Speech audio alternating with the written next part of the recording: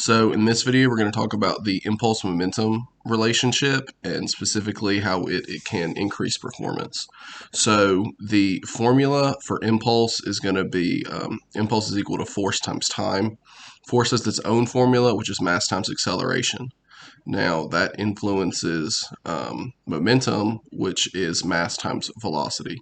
So if we wanted to increase performance through impulse, the biggest thing we can do is change the amount of force that we can output.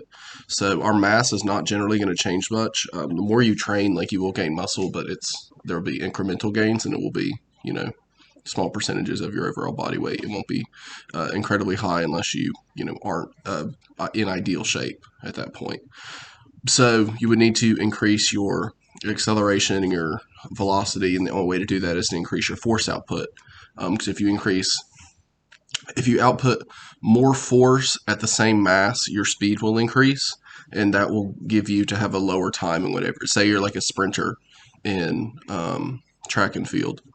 If you output more force, you're only going like 100 yards or 100 meters.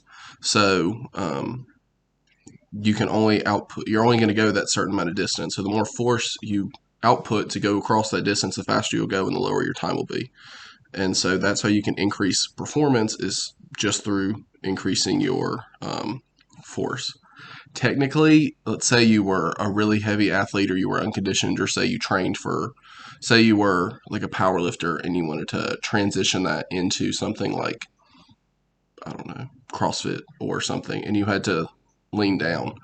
Assuming that your cardiovascular health was the same in both instances, but you lost weight, you would theoretically run faster. And so if you have large shifts in mass, that can also increase it, but that's not a reliable way to do so. The most reliable way to do so would be to do it through force output.